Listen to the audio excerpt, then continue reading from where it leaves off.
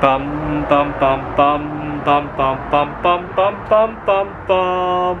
The Peter Dislike Show. Bum bum bum bum bum bum bum. So yesterday I recorded a video about some dilemmas that I'm having.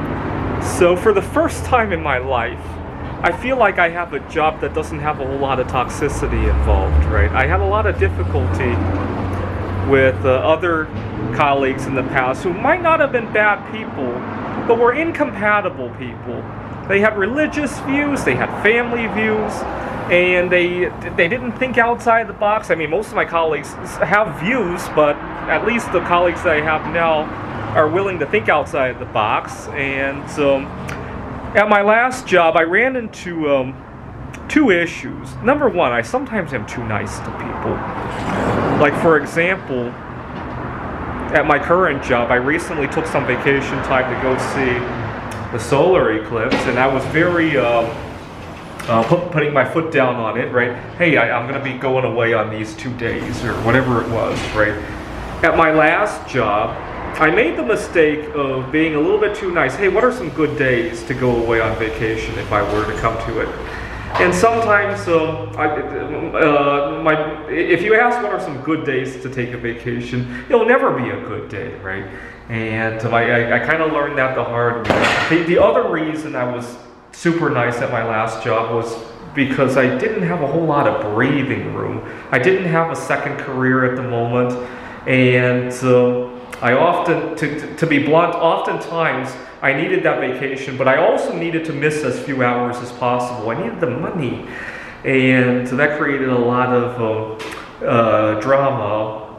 And so right now I'm kind of in a dilemma because I have a dream job, but I don't have a dream social network. And Phoenix is very tough to make new friends, so especially since the end of the pandemic. During the pandemic, when nobody was making a whole lot of connections, it was a little bit easier because you didn't have to compete that badly, right? I don't know, just my thoughts on that. So this past week, I get my contract to sign for the fall semester, and I almost didn't want to sign it because I was thinking about how dry everything is in terms of my social network and how I wish I were somewhere else where I could mingle with more people.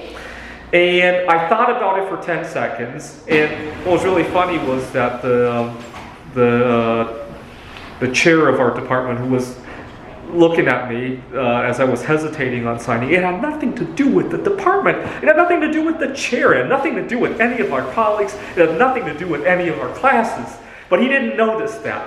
And so it kind of worked to my benefit because he thought that I was hesitating about some issues at the school, and he kind of made a few concessions without me even asking.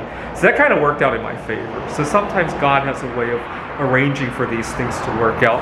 So that was nice. That was nice. But I hesitated on signing because at the same time, I got this dream job, but at the same time, I kind of wish I were somewhere else. And then with a heavy heart, I picked up the pen and I very slowly signed across, because I was thinking in my head, yes, I'm going to take this because it is a dream job, but at the same time, I got to make provisions for the future. And so it made me think about, what do I need? Well, my first thought was, if I can land one dream job, I can probably land another one.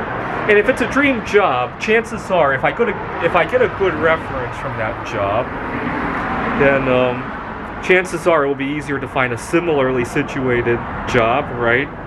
I mean, let's face it, I've only taken a dozen or so jobs in my life. If one of them was a dream job, chances are there's hundreds of them out there, right? I just need to find them. But at the moment, I'll take it. And number two, it made me think about what made this dream job a dream job to begin, because there were many ways that I could have ruined this opportunity as well. And what really made it a dream job was that I had breathing room. I had a second career. My finances were not in terrible shape. See, at my last job at a tutoring center, I could scarcely afford to take a few days off sometimes. And so I would often ask, what's a good time to take off, so that I wouldn't miss too many hours, and all the rest, right? And so that created its own host of toxicities, right? Had I just gone, I'm going to be taking off these 2 days, and make it more of a tell rather than an ask, right?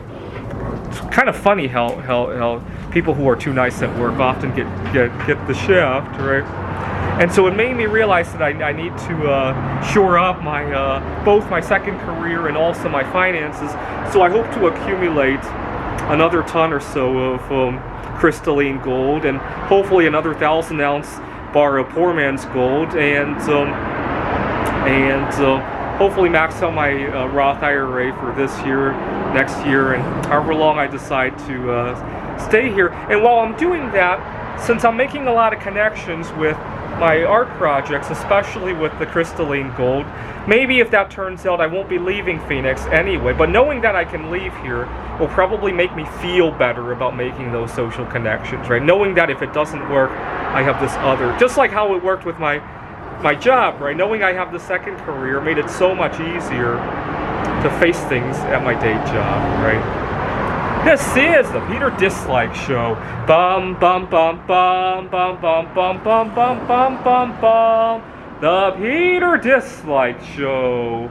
Bum bum bum bum bum bum bum.